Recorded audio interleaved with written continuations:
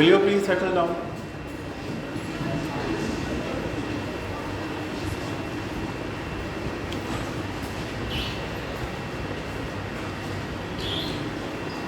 This particular week is supposed to be the overview of renal, whatever we have already started. And I'm starting from the very beginning. Renal is considered to be the most complex topic of the whole of the human body. Reason being, at each and every section of the nephronal transport, there are 6 surfaces, 12 transports running side to side, opposite to each other.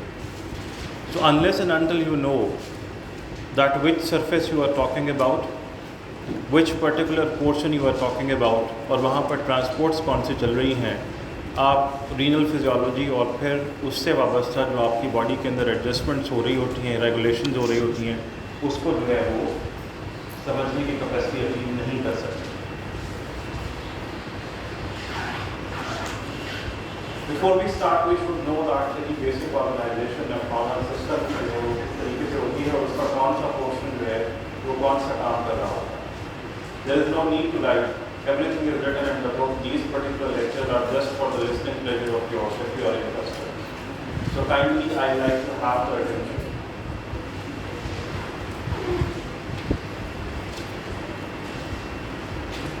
अगर आप यहाँ से जो है वो देखना शुरू करें nephronal system को,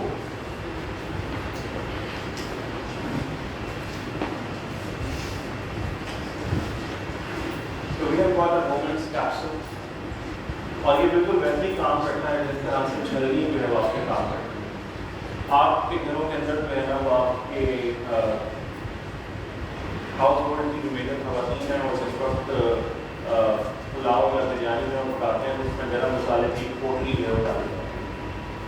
So this particular thing is just like that particular पोटली जिन्हें आपने सेमी परमेबल मेम्ब्रेन के अंदर जो है वो चीज़ों को इम्बेडेड रखा हुआ है और जो चीज़ें उसके अंदर इम्बेडेड पड़ी हुई हैं that is basically a portion of your blood stream. ये एक आर्टिक्यूल है जिसको आपने हर पर्टिकुलर नेफ्रॉन के अंदर जो इम्बेडेड रखा हुआ है. There are millions and millions of nephronic systems. So what exactly happens कि this is supposed to be like a cup और उस कप के अंदर आपने एक मेम्ब्रेन है उसको कवर किया हुआ है और उसके अंदर आपकी जो है वो आर्टिरियल सिस्टम जो है वो डेप्थ है. सो a thing is going inside और उसका एक particular portion अंदर जो है ना वहाँ से blood को वापस लेकर आ रहा है. तो we have got an after one like these 2 particular fingers, one going inside and the other one coming outside. अब जिस तरह आपने इसकी neck को जो है वो construct कर दिया है तो इसका मतलब ये है कि we have increased the resistance over here. और जितनी आप resistance को increase करेंगे तो इसका मतलब ये है कि blood stream यहाँ से enter हो रही है that is staying for a longer period of time in this particular plant. और जितनी रेजिस्टेंस आप प्रोवाइड करते चले जाएंगे अगर हम जो है ना वो सीरियस के लॉस रिमेंबर जो है करें तो we have got a particular law जिसको हम कोज़ालेस लॉ बोलते हैं. मतलब ये था कि जैसे जैसे आपकी रेजिस्टेंस जो है वो बढ़ती चली जाएगी वैसे वैसे उसमें से आपका जो ओजिंग ऑफ फ्लूइड है वो बढ़ता चला जाएगा. तो एक तो आपने उसका स्टेज है उसको बढ़ा दिया और दूसरा because you have provided a lot of resistance to this particular blood stream. तो उसमें से चीज़ें because of the friction and because of the resistance बहुत तेजी से जो है बाहर की तरफ जो है बाहर निकल रही. दिस पर्टिकुलर थिंग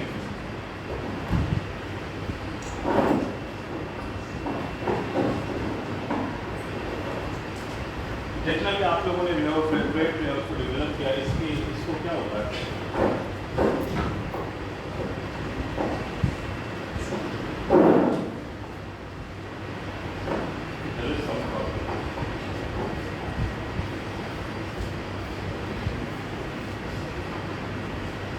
जितना भी आप लोगों ने जो है वो फिल्ट्रेट जो है उसको जो है वो निकाला है वो सारा का सारा जो फिल्ट्रेट है वो आपका इस पर्टिकुलर पोर्शन में जिसको आपका बोलते हैं उसने आपको एब्जॉर्ब कर दिया.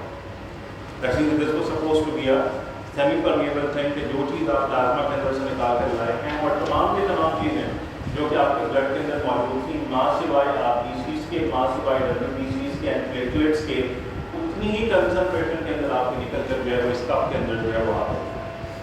ये जो कप है उसका जो आउटलेट है वो जो आउटलेट है that is basically known as something जहाँ से आपका जो नेफ्रॉनल सिस्टम है वो स्टार्ट हो.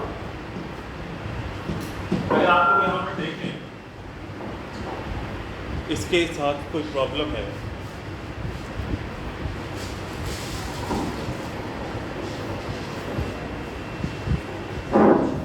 हम लोग को लेक्चर और स्टार्ट हो जाता है। नहीं, हाँ ये तो खत्म हो गया।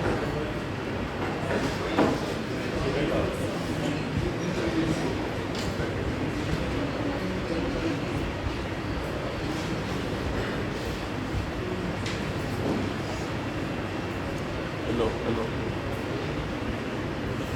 हेलो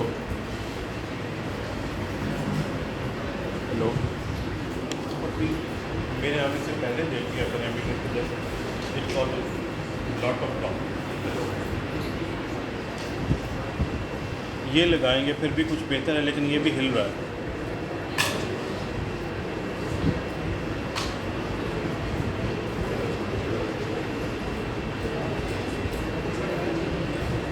या ये लगाएंगे फिर भी कुछ बेहतर है, लेकिन वो हिल रहा है।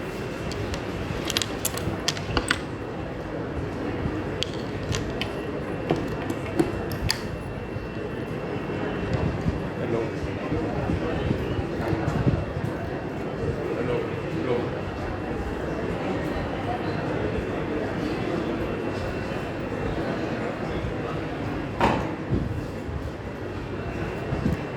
हेलो यार,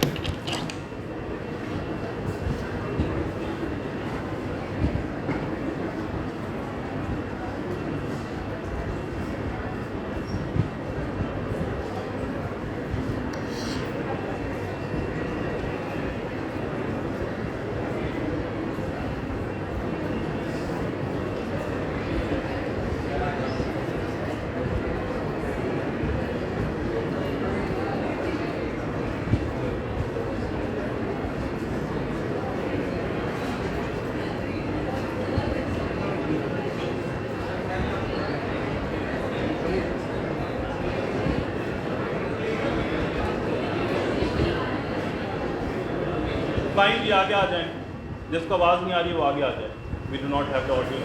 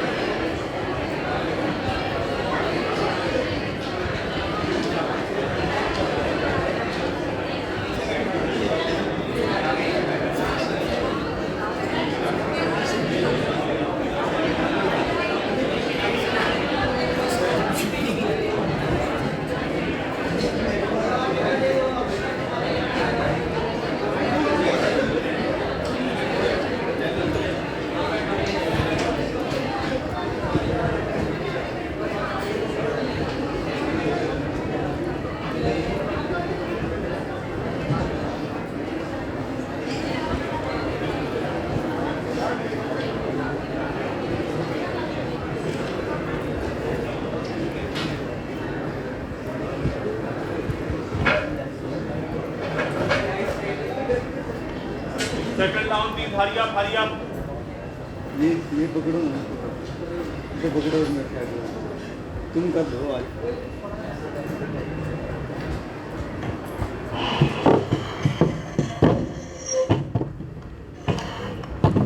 ऐसे इधर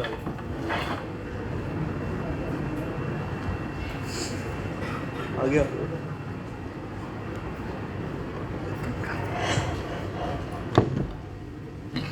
So you have filtered the whole of the blood minus the cellular portion जो कि यहाँ पर है। तो आप लोगों ने बेसिकली मेजर चीज़ें कौन से फिल्टर की होंगी? अगर हम आयंस के अंदर जो गुफ्तगू करें तो मेजर आयंस आपने कौन से जो फिल्टर किए होंगे? Would have filtered sodium, calcium, potassium. Would you have filtered hydrogen also?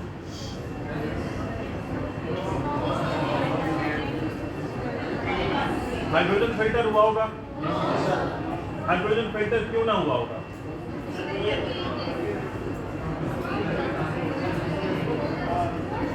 तो प्रोटीन से बाउंड होता, प्रोटीन से बाउंड हुआ होगा। हाइड्रोजन आपका जो है वो फिल्टर क्यों ना हुआ होगा?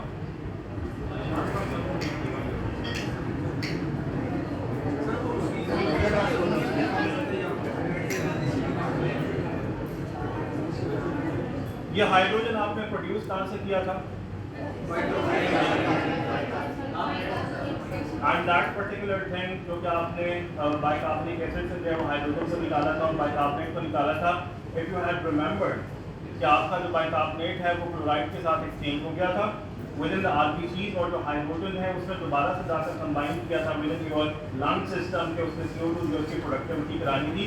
तो बिकॉज कि हाइड्रोजन जो है वो फ्रीली फ्लोटिंग आपकी बॉडी के अंदर एज अ वोलेटाइल एसिड मौजूद ही नहीं होता, वो आपके रेस्पिरेटरी सिस्टम से जा रहा होता है। दैट इज वाई जितने भी रीनल प्रॉब्लम्स होते हैं, जब एसिडोसिस हो या अल्कलोसिस डेवलप होता है, जो कि हम आखिरी लेक्चर के अंदर देखेंगे, उसकी कंपनसेशन आपकी रेस्पिरेशन से आती है। That is why we do call it कि ये कंपनसेटेड रेस्पिरेटरी एसिडोसिस है, ये कंपनसेटेड रेस्पिरेटरी अल्कलोसिस है, ये कंपनसेटेड मेटाबॉलिक एसिडोसिस है, ये कंपनसेटेड मेटाबॉलिक अल्कलोसिस है। सो ये जो आपका हाइड्रोजन है ये बेसिकली बिकॉज कि आपके रेस्पिरेटरी सिस्टम से जो है CO2 की शक्ल के अंदर बाहर जा रहा होता है, तो हमारे पास फ्रीली फ्लोटिंग जो है वो हाइड्रोजन अवेलेबल नहीं होता। जो आपका हाइड्रोजन जो है वो रीनल सिस्टम के अंदर एक्सक्रीट हो रहा होता है, वो बल ही आपका रीनल सिस्टम के अंदर रहा होता है। स्पेसिफिकली जो आपका जो है ये पर्टिकुलर पहले वाला पोर्शन है,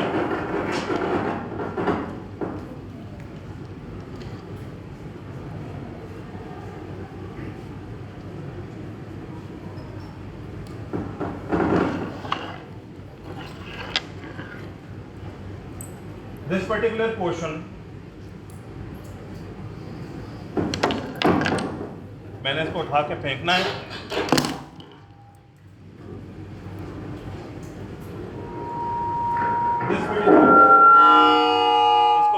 इसको बंद कर दें, कल देख लीजिएगा और कल फिर इसको ठीक कीजिए। यहाँ से हम लोगों ने नेफ्रॉनिक ट्रांसपोर्ट जो इसको स्टार्ट की है। हमारे पास जो पहला पोर्शन आया है, that particular portion is known as proximal convoluted tubule. इसको मैंने स्ट्रेट बनाया है, but this is supposed to have lots of convolutions. उसके बाद हमारे पास आता है एक डिसेंडिंग पोर्शन, एक लूप का, जिसको आप बोलते हैं descending portion of the loop of Henry. इसी का फिर हमारे पास एक प्रॉक्सिमल डिस्टल पोर्शन आता है जो कि असेंडिंग है, which is known as ascending portion of the loop of Henry. Then we have got the distal convoluted tubule and then we have got the collecting. Antecedent लो के तमाम जितने भी नेफ्रॉनल portions हैं उनके हॉलमार्क्स जो हैं वो क्या हैं और वहाँ पर कौन कौन सी चीज़ें जो है वो आपकी हो रही हैं।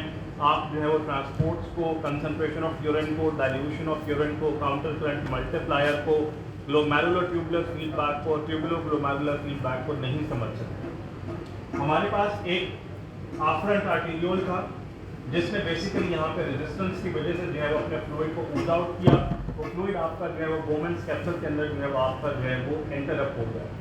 जो फ्लूइड आपने यहाँ में से निकाला है उसके अंदर बेसिकली आपके अगर सारे के सारे आइंस भी निकल गए हैं और उसके अंदर ग्लूकोज भी निकल गया है, और ग्लूकोज के जो बाकी मिरर इमेजेस होते हैं, फॉर एग्जांपल गैलेक्टोज है, लैक्टोज है, या अमीनो एसिड जितने भी स्मॉल आपके सर्कुलेट कर रहे होते हैं, या आपके जो फैटी एसिड्स हैं और ट्राइग्लिसराइड हैं वो सर्कुलेट कर रहे होते हैं, अगर वो सारे के सारे जो है वो अल्टीमेटली आपके स्लिप करके जो है वो नेफ्रॉनल सिस्टम के अंदर आ गए हैं, तो जो ब्लड आपका यहाँ से वापस जा रहा होगा उसकी ऑस्मोलैरिटी के ऊपर क्या फ़र्क पड़ा होगा? ऑस्मोलैरिटी, बिकॉज कि आपने ऑस्मोलर कंपाउंड जो है उसके अंदर से सारे के सारे निकाल लिए।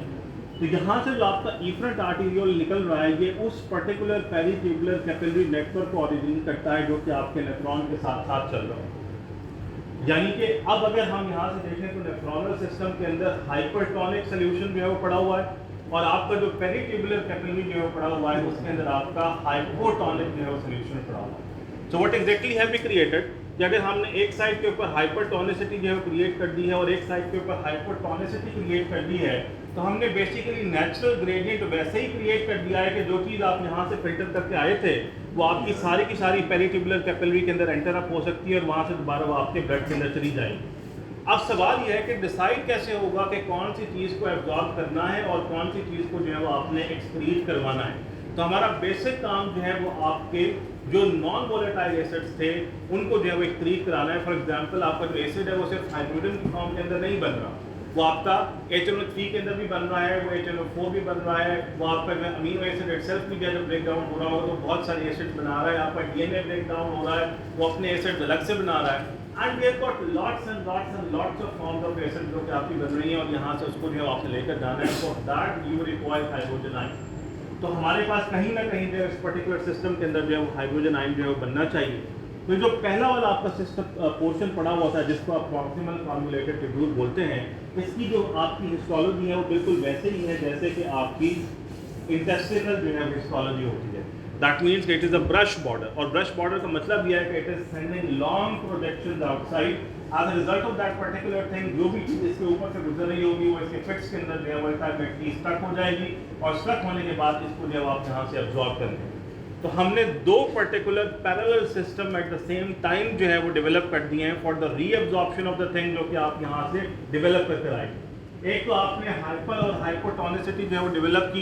दैट मीन्स कि एक साइड के ऊपर जहाँ पर आपका जो है वो हाइपरटोनिक सोल्यूशन नेफ्रॉन के अंदर पड़ा हुआ था, उसके बिल्कुल बाहर जो है वो आपका एक ऐसा सोल्यूशन चल रहा है जो कि हाइपोटोनिक है, और वो कॉन्टिन्यूली चीज़ों को अपनी तरफ सक करने की जो कैपेसिटी जो है वो रखवाता है। लेकिन हमारे पास पैसिव एब्जॉर्प्शन नहीं हो सकती। हमारे पास जितनी भी नेफ्रॉन के अंदर ट्रांसपोर्ट चल रही हैं वो या तो प्राइमरी एक्टिव ट्रांसपोर्ट्स हैं या फिर वो सेकेंडरी एक्टिव ट्रांसपोर्ट्स हैं। लेकिन प्राइमरी और सेकेंडरी एक्टिव ट्रांसपोर्ट को चलाने के लिए आपके पास एक ग्रेडियंट होना चाहिए। तो जो ग्रेडियंट आपको चाहिए था वो आपके पेरिटर्बुलर जो कैपिलरी नेटवर्क होता है उसने जो है वो आपको प्रोवाइड किया हुआ है। दूसरा, जैसे ही आपका जो यहाँ पर जो है वो हाइपरटोनिक सोल्यूशन जो आया है उसमें से मेजॉरिटी 80% ऑफ द कंपोनेंट्स जो कि आप यहाँ से जो है वो फिल्ट्रेट करवा कर लाए थे, including the sodium, glucose, amino acids, fatty acid etcetera etcetera etcetera, बिल्कुल वैसे ही जैसे कि आप इंटेस्टाइन के अंदर से अब्जॉर्ब करते हैं इसको ब्रश बॉर्डर, वो आपका जो है यहाँ से जो है अब्जॉर्ब होकर आपकी ब्लड स्ट्रीम के अंदर जो है वापस चला जाता है। दैट मीन्स कि वही पेरिटर्बुलर कैपिलरी जो आपकी बन रही है उसी के अंदर जो है वो स्लिप कर जाता है। So this particular thing is the major reabsorber of the things जो कि आप यहाँ से जो अल्टीमेटली लेकर आ रहे हैं। और यही वाला पर्टिकुलर पोर्शन होता है कि जब किसी भी पर्टिकुलर कंपोनेंट की क्वांटिटी आपके ब्लड के अंदर एक्सेसिव हो जाए तो उसको बाहर फेंकने के अंदर जो है हेल्प आउट करता है। फॉर एग्जांपल जैसे डायबिटिक्स के अंदर हमारे पास ग्लूकोज जो है वो एक्सेसिव क्वांटिटीज के अंदर मौजूद होता है, तो यहाँ पर जब ग्लूकोज ट्रांसपोर्टर सैचुरेट हो जाएगा तो वो अल्टीमेटली आपके यूरिन के अंदर एज अ स्प्ले जो है वो प्रेजेंट होना जो है वो शुरू हो जाएगा। तो we have got this particular portion which is a brush border, और इसका काम यह है कि 80% ऑफ द कंपोनेंट्स जो कि आपके बोमेंस कैप्सूल से स्लिप करके नेफ्रॉनल ट्रांसपोर्ट का पार्ट बन रहे हैं उसको पेरिटर्बुलर कैपिलरी के अंदर वापस जो है वो भेज दिया जाए। So the 20% of the stuff is now left behind over here. It comes a bit further, इससे जो नीचे वाला पोर्शन है, this particular portion is impermeable to sodium.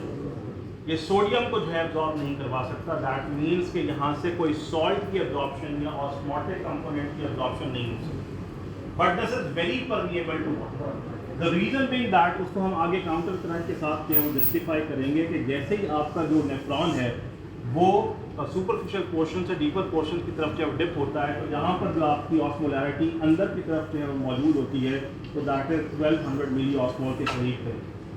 जबकि आपका जो फ्लूइड यहाँ से एंटर हो रहा था उसकी ऑस्मोलैरिटी ने 280 मिली ऑस्मोल के करीब। अब यहाँ से जो आप फ्लूइड अल्टीमेटली लेकर आए थे उसके अंदर जब उसने एक हाई इमेंसली जो है वो ऑस्मोटिक ग्रेडियंट जो उसको फेस किया है, तो व्हाट एग्जैक्टली इज हैपनिंग कि हमने ये बात डिस्कस की हुई है कि जहाँ पर ऑस्मोटिक ग्रेडियंट ज़्यादा होगा पानी उसी डायरेक्शन के अंदर मूव करेगा। अब दो तरीके हो सकते थे ऑस्मोलैरिटी नॉर्मलाइज कराने के, या तो सॉल्ट को एब्जॉर्ब किया जाता या वाटर को छोड़ा जाता। Because this is impermeable to salt, the only solution left over is के लिए आप वाटर जो है उसको जो है ऊज आउट करें। तो दिस पर्टिकुलर पोर्शन जो है वो concentrating portion of the urine जो है वो कहलाता है कि यहाँ पर आप बेसिकली कंसंट्रेट कर रहे हैं। और कंसंट्रेट कैसे हो रहा है? सॉल्ट को एब्जॉर्ब नहीं कराया जा रहा, वाटर जो है उसको जो है वो आप ऊज आउट कर रहे हैं। तो यहाँ पर जो मेजर ट्रांसपोर्ट चलती है that is basically the absorption of the water, and basically this is the concentrating portion जो कि आपके यूरिन की कंसंट्रेशन या फिर एज पर सिचुएशन डाइल्यूशन के अंदर जो है वो इंपॉर्टेंट काम जो है वो प्रोवाइड करता है। So we have this particular nephronal system जिसके अंदर एक आफ्रेंट आर्टेरियोल था जो कि ब्लड लेकर आ रहा था। जैसे ही आपका रेजिस्टेंस की वजह से और स्लो आपकी जो मूवमेंट है उसकी वजह से जो है वो आपका ब्लड फिल्टर हुआ है, तमाम के तमाम कंपोनेंट जिस कंसंट्रेशन में प्लाज्मा के अंदर मौजूद थे उसी कंसंट्रेशन के अंदर आपके बोमेंस कैप्सूल के अंदर जो है वो आ गए हैं, बिकॉज कि आपने ऑस्मोलर ग्रेडियंट को लूज किया है। So the blood which is leaving this particular glomerular system is now hypotonic, and this particular जो इफरेंट है then that becomes continuous with the peritubular capillary network. That means कि आप nephronal system के अंदर side to side दो solutions चला रहे हैं। एक जो नेफ्रॉन के अंदर पड़ा हुआ है दैट इज हाइपरटोनिक सोल्यूशन, और एक जो आपका जो है वो पेरिटेबुलर कैपिलरी के अंदर पड़ा हुआ है that is hypotonic solution. That means कि आपने एक नेचुरल ग्रेडियंट क्रिएट कर दिया है कि अगर आपकी एक्टिव और passive transports of the nephronal system आपको अलाउ करें तो आप चीज़ों को नेफ्रॉनल सिस्टम से वापस ब्लड के अंदर भेज दें, या अगर ब्लड के अंदर क्वांटिटी ऑलरेडी एक्सेसिव एग्जिस्ट करती हो तो फिर आप उन्हीं पर्टिकुलर चीज़ों को बाहर की तरफ जो है वो एक्सक्रीट करना जो है वो शुरू कर दें। दैट मीन्स कि उसकी एक्टिव ट्रांसपोर्ट चलाने के बाद उसको एब्जॉर्ब ना किया जाए।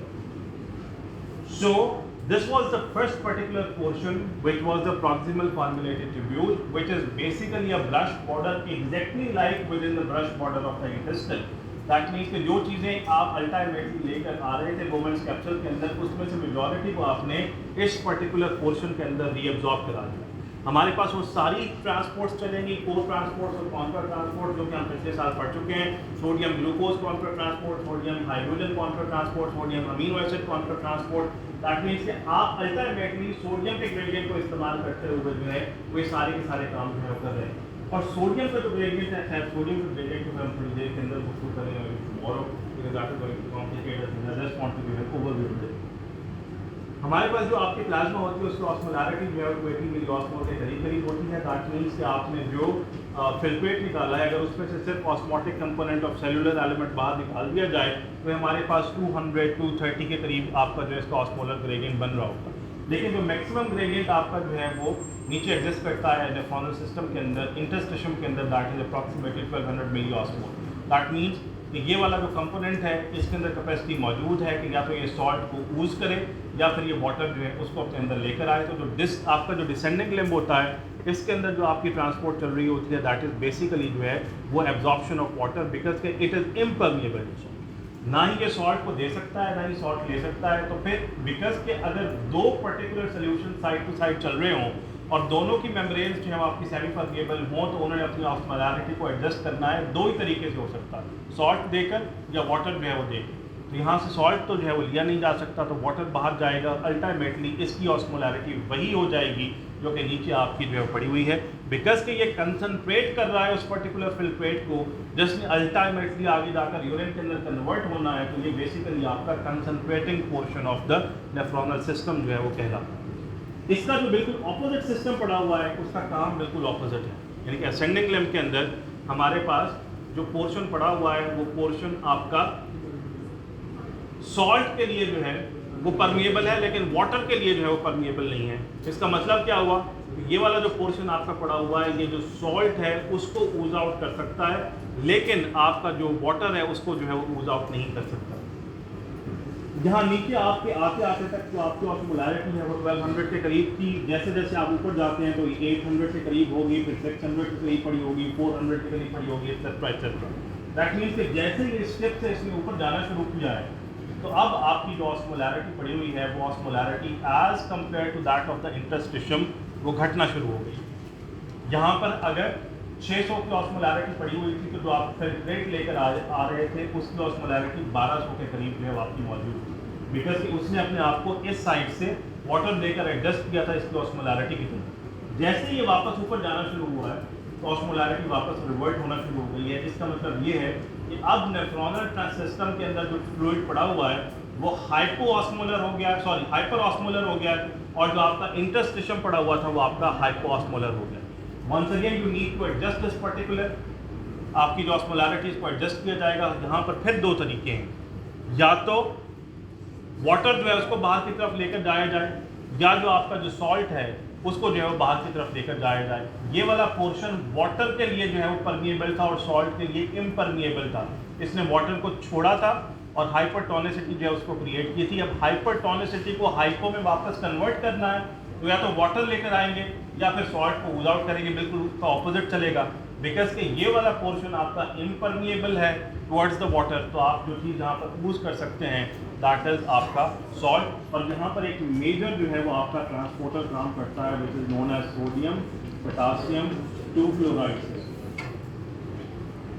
यही वाला अगर पोर्शन आपका जो है काम करता है और क्वांटिटी जो है वो सॉल्ट जो है उसको जो यूज आउट कर रहा है विद इन द इंटरस्टिशियम, तो आपका जो यूरिन है that is becoming more and more dilute. Because कि अब यहाँ से आप यूरिन को डाइल्यूट कर रहे हैं So this particular portion is known as the diluting portion of the nephronal system. यहाँ पर आपका जो portion पड़ा हुआ था that was the concentrating portion of the. अब depending upon the transport कि अगर आप यहाँ से बहुत तेजी से जो है वो यूरिन को गुजार कर लेकर चले जाएं फिल्ट्रेट को, तो इसको जो है वो वाटर देने का मौका नहीं मिलेगा, और वाटर देने का मौका नहीं मिलेगा तो फिर अल्टीमेटली डाइल्यूट इस सूरत के अंदर यहाँ पर आ रहा होगा। और अगर यहाँ से आप बहुत तेज़ी से जो है उसको गुजार कर चले जाएं तो वंस अगेन आपका जो ये सिस्टम है इसको सॉल्ट यूज आउट करने का मौका ना मिलेगा। As a result of that particular thing यहाँ से बहुत हाइपरटोनिक जो है वो तेज़ी से मूव करना शुरू कर देगा। तो ये या तो यूरिन को डाइल्यूट करेगा या ये वाला पोर्शन जो है वो आपका यूरिन को जो है वो ये कंसनट्रेट करेगा, और ये वाला जो पोर्शन है ये आपका जो है वो डाइल्यूट करेगा। यहाँ पर हमारे पास कौन सी ट्रांसपोर्ट चल रही थी? सोडियम के साथ जितनी भी न्यूट्रिएंट्स की ट्रांसपोर्ट चलती हैं, sodium amino acid transport, sodium glucose transport, sodium galactose transport, sodium chloride transport, sodium calcium transport, sodium hydrogen transport, तमाम ट्रांसपोर्ट्स यहाँ पर चल रही थी। और उसका बेसिक मकसद जो है वो आपकी उन तमाम चीज़ों को रीअब्जॉर्ब करना था जो कि आपके स्लिप होके ग्लोमेरुलर सिस्टम के अंदर जो है वो पहुँची। तो ये ब्रश बॉर्डर ने उस तमाम की तमाम चीज़ों को जो है यहाँ से अब्जॉर्ब किया। उसके बाद जो अगला पोर्शन पर्टिकुलर पड़ा हुआ है उस पर्टिकुलर पोर्शन के अंदर जो है आपका जो है वो वाटर जो है एब्जॉर्ब हो सकता है और सॉल्ट एब्जॉर्ब नहीं हो सकता। अगर वाटर यहाँ से निकल रहा है तो पीछे सिर्फ सॉल्ट बचना शुरू हो जाएगा। और वाटर क्यों निकल रहा है? बिकॉज कि आपका जो मेडलरी इंटरस्टिशियम पड़ा हुआ है उसकी ऑस्मोलैरिटी जो है वो बहुत ज़्यादा है। ये ज़्यादा हुई कैसे है? ये काउंटर करंट मल्टीप्लायर जो उसको हम कल देखें, बट अभी यहाँ पर याद रखें बिकॉज कि इसकी osmolarity as compare to the osmolarity जो कि ऊपर पड़ी हुई है उसके मुकाबले में 6 टाइम जो है वो मोर है। दैट इज वाई यहाँ से आपका वाटर जो है आसानी से निकल सकता है, और जब वाटर निकलेगा तो पीछे से सारा सॉल्ट बच जाएगा, और जब सॉल्ट बच जाएगा तो आपका जो कंसनट्रेट है जो फिल्ट्रेट है वो कंसनट्रेट हो जाएगा। That is why this is known as the concentrating portion. तो यहाँ से कॉन्ट्रा ट्रांसपोर्ट पहला पोर्शन इसके लिए इस्तेमाल हो रहा होता है, दूसरा पोर्शन जो है वो वाटर ट्रांसपोर्ट के लिए इस्तेमाल हो रहा होता है। जो तीसरा पोर्शन आपका मौजूद है असेंडिंग, उसके अंदर एक इंपॉर्टेंट सॉल्ट ट्रांसपोर्टर लगा हुआ है, सोडियम पोटासियम 2 क्लोराइड ट्रांसपोर्टर, जिसमें बेसिकली आपके सॉल्ट को इंटरस्टिशियम के अंदर वापस फेंकना होता है। और सॉल्ट जैसे जैसे आपका बाहर निकल रहा है तो अंदर जो फ्लूइड पड़ा हुआ है वो आपका डाइल्यूट से डाइल्यूट तर होता चला जा रहा है। तो this is the diluting portion of your. उसके बाद आपका आ गया डिस्टल कॉन्जुलेटेड जो आपकी ट्यूब्यूल है जहाँ पर। अच्छा, यहाँ पर जो इसकी ऑर्गेनाइजेशन है इसको जो मैंने अलग से बताया because this is very important for this part. यहाँ पर 2 इंपॉर्टेंट काम जो है वो हो रहे हैं। ये जो आपका डिस्टल पोर्शन होता है ये घूम के आपके उस जंक्शन के ऊपर आ जाता है जहाँ पर आफ्रंट और इफ्रंट आर्टेरियोल जो हैं वो एंटर या एग्जिट हो रहे हो। दैट मीन्स कि ये एक ट्राइंगल बनाता है। तो जस्ट सी कि हमारे पास एक चीज एंटर हो रही है और एक आपका एग्जिट हो रहा है। तो जो आपका डिस्टल कॉन्वोल्यूटेड ट्यूब्यूल है वो बेसिकली इन दोनों पर्टिकुलर पोर्शंस के साथ जो है वो इन टच होता है। यहाँ से घूम कर आया और घूमने के बाद जो है अल्टीमेटली ये जो इसके साथ जो है वो कॉन्टैक्ट किया, तो इनकी जो मेम्ब्रेन्स होती हैं they are line adjacent to each other. और इस पर्टिकुलर पोर्शन के अंदर we have got that particular gentleman जिसको आप जो है वो जेजी अपरेटस बोलते हैं, that is juxtaglomerular apparatus. इसी के अंदर वो पर्टिकुलर जो है वो एलिमेंट मौजूद होता है जिसने रेनिन को रिलीज कराना है, और रेनिन के बाद आपने एल्डोस्टेरॉन की सिक्रीशन कराते हुए जो सोडियम है उसकी जो है वो एब्जॉर्प्शन जो है वो करानी है। बिकॉज के सोडियम की एब्जॉर्प्शन जो है वो आपके वॉल्यूम के साथ जो है वो जुड़ी हुई है और उसने आपके वॉल्यूम को जो है वो नॉर्मलाइज करना होता है। दैट इज वाई ये वाला जो पर्टिकुलर पोर्शन है वो आपकी जो इनहेरेंट नेफ्रोनल रिफ्लेक्सेस होती हैं, दैट इज ट्यूबुलोग्लोमेरुलर फीडबैक और ग्लोमेरुलर ट्यूबुलर फीडबैक, उसको जो है वो कंट्रोल कर रहा होता है कि जी अगर बिलफर्ज जो आपका आफ्रंट आर्टेरियोल है उससे बहुत तेजी से फ्लूइड आ रहा है या उससे बहुत कमी से फ्लूइड आ रहा है तो फिर आपने क्या करना है, क्या रेनिन को रिलीज किया जाएगा या रेनिन रिलीज ना किया जाएगा। इसके अंदर जो सेंसरी सेल्स पड़े हुए होते हैं वो आपके इनफ्लो ब्लड और आउटफ्लो ब्लड के साथ जो है वो डायरेक्टली कनेक्टेड होते हैं। बिकॉज के ये इनफ्लो और आउटफ्लो के साथ जो है वो डायरेक्टली जो है वो कनेक्टेड पड़े हुए हैं। As a result of that particular thing आपका ये सिस्टम जो है वो आपकी इनहेरेंट रिफ्लेक्सेस जो है उसके साथ काम कर रहा होता है, specifically renin angiotensin aldosterone system. और एल्डोस्टेरॉन सिस्टम जो है वो बेसिकली बिकॉज के रिफ्लेक्सेस के साथ जुड़ा हुआ है, दैट मीन के कितना ब्लड लेकर आएंगे और कितना ब्लड जो है वो आपका बाहर की तरफ वापस जाएगा। तो जो इनहेरेंट आपके फीडबैक चल रहे होते हैं ट्यूबुलोग्लोमेरुलर और ग्लोमेरुलो ट्यूबुलर, वो इसी पर्टिकुलर जो है वो सिस्टम के ऊपर जो है वो खड़े होते हैं। So this portion was the brush border, Then the next portion was the concentrating one.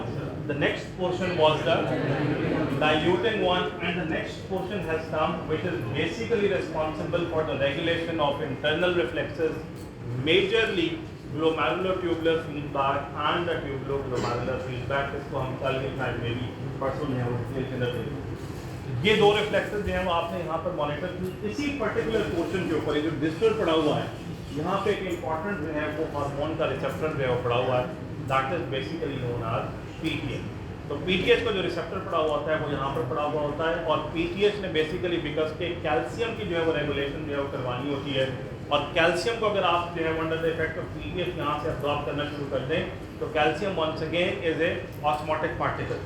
तो जो आप यहाँ से यूरिन लेकर आ रहे थे उसमें से आपने पहले सोडियम भी निकाल लिया था, उसमें से पोटासियम भी निकाल लिया था, और उसके अंदर से क्लोराइड भी निकाल लिया था। अगले पोर्शन के अंदर आकर आपने कैल्शियम को भी जो है निकालना शुरू कर दिया।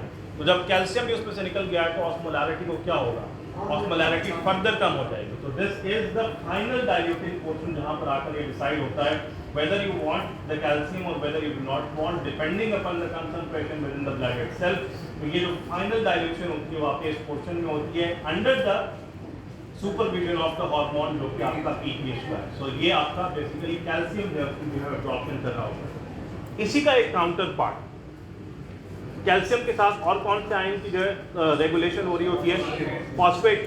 तो जो पीटीएच का रिसेप्टर होता है वो यहाँ पर प्रॉक्सिमल ट्यूब्यूल के अंदर ही पड़ा होता है, और ये बिल्कुल वी की शक्ल के अंदर एक दूसरे के साथ ऑपोजिट पड़े होते हैं। इसकी जो अरेंजमेंट है वो ऐसी होती है, अब मैंने आपसे कहा ये घूम के वापस इसके साथ कांटेक्ट कर रहा होता है, तो उसी साइड के ऊपर इसका कांटेक्ट प्रॉक्सिमल ट्यूब्यूल के साथ ही चल रहा होता है। तो जो कैल्शियम और फॉस्फेट है उसके रिसेप्टर बिल्कुल प्रॉक्सिमल और डिस्टल के ऊपर ऑपोजिट पड़े होते हैं। अगर यहाँ पर आपका कैल्शियम का रिसेप्टर लगा हुआ है तो इस सरफेस के ऊपर आपका जो है फॉस्फेट का रिसेप्टर जो है वो लगा हुआ होगा। यहाँ पर बेसिकली जो आपका ब्रश बॉर्डर था यहीं पर पीटीएच का एक रिसेप्टर पड़ा हुआ होता है जो एज पर सिचुएशन फॉस्फेट की अब्जॉर्प्शन या फॉस्फेट की एक्सक्रीशन कराता है। अभी जो फॉस्फेट आपको यहाँ से निकला था, यहाँ से जो आपके प्रॉक्सिमल पोर्शन के अंदर हाइड्रोजन जो है वो आपका प्रोड्यूस हो रहा होता है, उसके साथ कंबाइन टुगेदर करके आपकी जो पीएच है उसकी रेगुलेशन कराता है, बिकॉज के जो मेजर आपका एसिड होता है वो फॉस्फेट के साथ अटैच होकर जो है वो बाहर की तरफ जो है वो जा रहा होता है। So this particular portion is responsible for the regulation of the calcium। अगला पोर्शन जो है वो आपका कलेक्टिंग डक्ट जो है वो बन गया है, और जो कलेक्टिंग डक्ट है उसके अंदर जो आपका मेजर हार्मोन जो है वो काम कर रहा होता है, दैट इज एल्डोस्टेरॉन। एल्डोस्टेरॉन का रिसेप्टर जो है यहाँ पर जो है आपका पड़ा हुआ होता है। एल्डोस्टेरॉन में बेसिकली किस चीज़ को एब्जॉर्ब करना होता है, दैट इज सोडियम। तो यहाँ से आपने पहले सोडियम को एब्जॉर्ब कराया, फिर पोटासियम को कराया, क्लोराइड को कराया, अगले पोर्शन में आकर आपने जो है वो कैल्शियम को एब्जॉर्ब कराया। जो पीछे रहा सा आपका जो है वो सोडियम बच गया होगा, उसको भी आप under the effect of aldosterone यहाँ से जो है करवा रहे हैं। ये आखिरी में आपने इसे रखा हुआ बिकॉज कि अब यहाँ पर आपकी रेगुलेशन ऑफ वॉल्यूम हो रही है। अगर तो आपकी बॉडी के अंदर वॉल्यूम जो है वो नॉर्मल है तो फिर अल्टीमेटली आपका जो यहाँ पे एल्डोस्टेरॉन है वो प्रोड्यूस ना हो रहा होगा, और प्रोड्यूस ना हो रहा होगा तो अल्टीमेटली सारी की सारा सोडियम जो यहाँ से बाहर चला जाएगा। अगर आपकी बॉडी के अंदर वॉल्यूम जो है वो कम है तो यहाँ से सोडियम एब्जॉर्ब कराने के बाद आप पानी को उसके साथ एब्जॉर्ब कराना शुरू कर देंगे, and as a result of that urine का जो वॉल्यूम है वो कम होता चला जाएगा। ऑस्मोलैरिटी ऑफ द यूरिन, ये दो पोर्शन जो है वो आपके डिफाइन कर रहे थे, और जो वॉल्यूम ऑफ यूरिन है वो आपका ये वाला पोर्शन जो है वो डिफाइन कर रहा है। इसी पोर्शन के साथ बिल्कुल नेक्स्ट पोर्शन के अंदर जो टर्मिनल कलेक्टिंग डक्ट होता है उसके अंदर हमारे पास एबीएच का रिसेप्टर जो है वो लगा हुआ है। तो चार इंपॉर्टेंट हार्मोन्स कहाँ पर काम करते हैं, before you do not know that you can not understand the dynamics of the nephronal transport. So this was supposed to be an afferent arteriole which was filtering this particular thing, because के यहाँ से majority osmolar content आपका निकल गया था, तो पीछे आपका हाइपोऑस्मोलर बच गया था। तो जो आपका ब्लड यहाँ से निकल रहा होता है in the efferent arteriole that is hypotonic, और ये जो हाइपोटोनिक ब्लड है ये फिर आपका पेरिट्यूबुलर कैपिलरी के अंदर जो है वो फ्लो कर रहा होता है। ये आपको ग्रेडियंट प्रोवाइड करता है जिसकी बेस के ऊपर आप जो ट्रांसपोर्ट्स हैं उसको जो है वो चला सकते हैं। तो यहाँ से जिस वक्त आप ट्रांसपोर्ट्स को जो है वो चला रहे हैं, इसमें नेफ्रोनल सिस्टम के अंदर एक सेल्फ हाइपर ऑस्मोटिक फ्लूइड जो है वो रन कर रहा है, और उसके बिल्कुल ऑपोजिट बाहर जो आपका कैपिलरी नेटवर्क पड़ा हुआ है उसके अंदर हाइपोटोनिक सोल्यूशन जो है वो एग्जिस्ट करता है। इसके अंदर कैपेसिटी मौजूद है कि जो हाइपोटोनिक सोल्यूशन है वो या तो वाटर को यूज़ करे या फिर सॉल्ट को जो है वो ले, बिकॉज के जो कैपिलरी सिस्टम होता है वो वाटर को ऐसा यूज़ नहीं कर सकता या ले नहीं सकता। तो जो सॉल्ट होता है बिकॉज के उसके साथ ट्रांसपोर्ट्स लगी हुई होती हैं, तो यहाँ से हम सॉल्ट की एब्जॉर्प्शन या जो आपके ऑस्मोटिक कंपोनेंट्स हैं, चाहे वो न्यूट्रिएंट्स हों, ग्लूकोज हो, अमीनो एसिड हो, एक्सेट्रा एक्सेट्रा, उसकी एब्जॉर्प्शन जो है वो करवा सकते हैं। जो पहला पोर्शन आपका बनेगा that is basically the brush border, जहाँ से 80% ऑफ द सॉल्यूट्स जो कि आप लेकर आए हैं उसको आपने एब्जॉर्ब करा के वापस पेरिटिकुलर सिस्टम के अंदर भेजा। जैसे ही आपका यूरिन नीचे आता है, ये वाला पोर्शन बिकॉज के सॉल्ट के लिए इम्परमिएबल है, तो यहाँ से वाटर आप यूज़ करेंगे, वाटर यूज़ करेंगे तो जैसे जैसे वाटर निकलता चला जाएगा ये कंसनट्रेट होता चला जाएगा। अगला पोर्शन जो आपका पड़ा हुआ है बिकॉज कि वो सोडियम पोटासियम और क्लोराइड को जो है वो यूज़ कर रहा है, as a result of that आपकी ऑस्मोलैरिटी जो है घटना शुरू हो जाएगी। अगला जो पोर्शन आपका पड़ा हुआ है उसके अंदर पीटीएच का रिसेप्टर पड़ा हुआ है as per requirement of the body. अगर बॉडी के अंदर कैल्शियम को एब्जॉर्ब कराना है या उसको बाहर भेजना है, पीटीएच उसी हिसाब से रिलीज होगा, और अगर पीटीएच रिलीज हो रहा है तो कैल्शियम यहाँ से एब्जॉर्ब होगा, आपका यूरिन फर्दर जो है वो आपका डाइल्यूट होना शुरू हो जाएगा। पीटीएच का जो काउंटर रिसेप्टर पड़ा होता है वो आपका प्रॉक्सिमल ट्यूब्यूल के ऊपर पड़ा हुआ है, जहाँ से बेसिकली आप फॉस्फेट की जो है एब्जॉर्प्शन करा रहे हैं या उसकी एक्सक्रीशन करा रहे हैं। Phosphate is very important because कि उसने आगे जाकर आपकी एसिड के साथ जो है वो रेगुलेशन करनी होती है और एसिड को जो है उसक्रीशन के अंदर काम करना होता है, तो वहाँ से उसका कॉम्बिनेशन हो जाता है। आगे जो कलेक्टिंग सिस्टम आपका बच जाएगा उसके अंदर जो आपका इंपॉर्टेंट रिसेप्टर पड़ा हुआ है दैट इज एल्डोस्टेरॉन का रिसेप्टर, और जो एल्डोस्टेरॉन है वो दो पर्टिकुलर जो है वो ट्रांसपोर्ट जो है उसको चलाता है। यहाँ पर आपके दो जो है वो सेल्स पड़े हुए होते हैं, एक पी सेल्स हैं जिसको आप प्रिंसिपल सेल्स बोलते हैं और एक आई सेल्स हैं जिसको आप इंटरकनेक्टेड सेल्स बोलते हैं। यहाँ पर जो है वो आपका सोडियम हाइड्रोजन जो है वो एक्सचेंज, सोडियम पोटासियम एक्सचेंज करता है, या आपने सोडियम को जो है अंदर की तरफ जो है एब्जॉर्ब कराया है और एज अ बैलेंसिंग एक्ट आपने पोटासियम जो है उसको जो है एब्जॉर्ब बाहर की तरफ भेज दिया। कैन वी अफोर्ड कि पोटासियम आपकी बॉडी से बाहर जाता रहे, बिकॉज कि अगर पोटासियम आपकी बॉडी से बाहर चला जाएगा तो then you will not be able to run your action potential, and if you are not able to run the action potential then ultimately within a couple of few hours ultimately concentration इतनी ख़राब हो जाएगी कि आपके जो cardiovascular system है और respiratory system है उसके पोटेंशियल सीज होना शुरू हो जाएंगे। दैट इज व्हाई एल्डोस्टेरॉन की एब्नॉर्मैलिटीज के साथ आप विद इन 24 आवर्स डेथ में स्लिप कर जाते हैं अगर आपको एल्डोस्टेरॉन की करेक्टिव एक्टिविटी जो है वो प्रोवाइड ना की जाए। तो यहाँ से बिकॉज के पोटासियम जा रहा था, पोटासियम को एब्जॉर्ब करना है, हमारे पास नेफ्रोनल सिस्टम के अंदर एक और positive ion of excessive quantity के अंदर डिस्टल पोर्शन के अंदर आ गया है व्हिच इज बेसिकली हाइड्रोजन।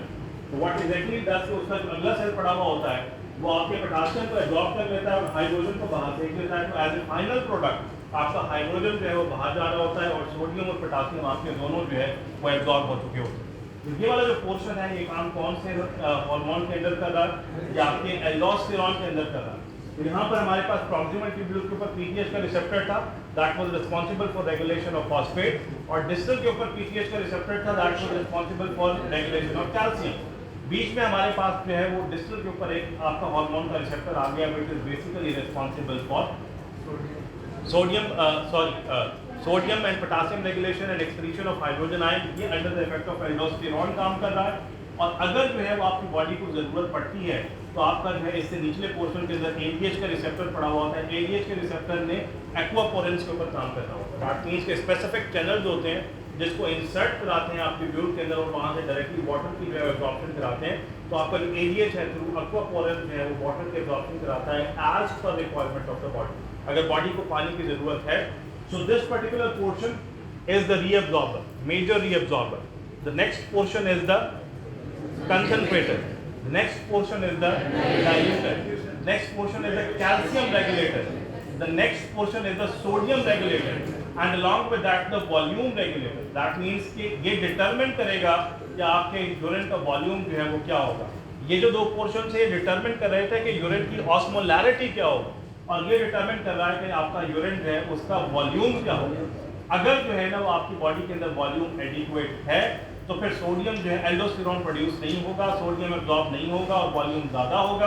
अगर वॉल्यूम जो है वो आपका कम है, एल्डोस्टेरॉन प्रोड्यूस हो रहा होगा, सोडियम और पोटासियम एब्जॉर्ब हो रहे होंगे, and as a result of that volume जो है आपको घटना शुरू हो जाएगा। इसी तरह से अगर आपका वॉल्यूम जो है वो एडिक्वेट है तो एलिएज प्रोड्यूस ना होगा, एक्वापोरेंट मौजूद ना होंगे, वाटर एब्जॉर्ब ना होगा, वॉल्यूम आपका यूरिन का बढ़ जाएगा। और अगर वॉल्यूम आपकी बॉडी के अंदर कम है तो एलिएज रिलीज हो रहा होगा, आपका जो है वो एक्वापोरेंट बन रहे होंगे और वॉल्यूम यहाँ से एब्जॉर्ब हो रहा होगा। So this was the absorber, this was the concentrator, this one was the diluter, this one was the calcium absorber, the next one was the sodium and potassium absorber and the volume regulator, and the next one was the volume regulator through the ADH वाला आपका जो है system जो है उसके साथ में वो काम कर रहा होता है। So these particular major transports, her particular portion के जो hallmarks हैं, इसको जो है वो जब तक आपको पता ना होगा तो आप नेफ्रॉनल ट्रांसपोर्ट्स में उसकी रेगुलेशन और फर्दर जो उसकी इलैबोरेशंस हैं उसको नहीं समझ सकते। Is there any question? Ji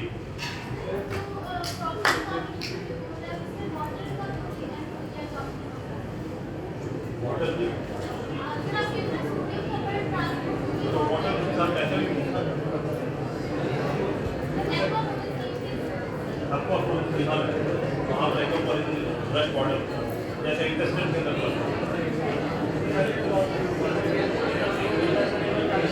Will you please let me listen to the question?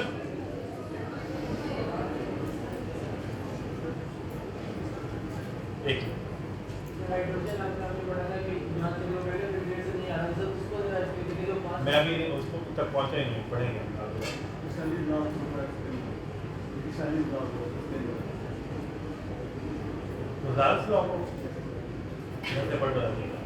और फिर कल जो हम इसके ऊपर जो प्रूव करेंगे कि आपका डायमीटर, लेंथ, विस्कोसिटी और radius of the blood vessel है वो कैसे प्रोपेगेट करता है।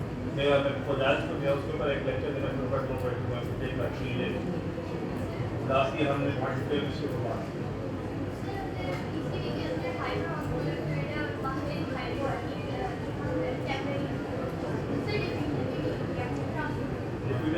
जनरल पॉलिसी यूज नहीं करवा आयन की रिपीट कैसे होता है?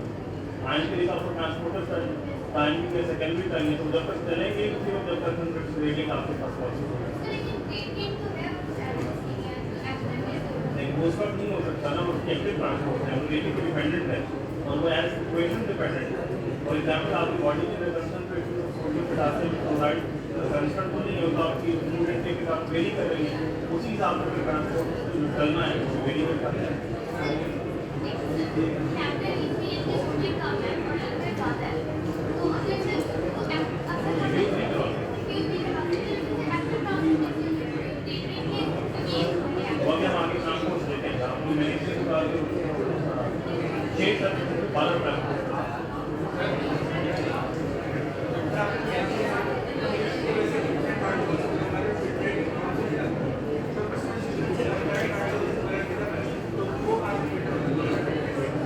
क्या किसमें नहीं जाता?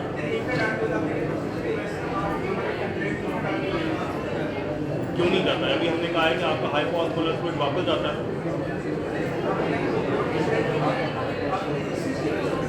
हाँ तो रेजिस्टेंस प्रोवाइड किया तो उसने एग्जिट भी तो करना है कहीं से वापस, ब्लड लिक्विड बाहर निकल रहा है और पर्टिकुलेट मैटर वापस जा रहा है।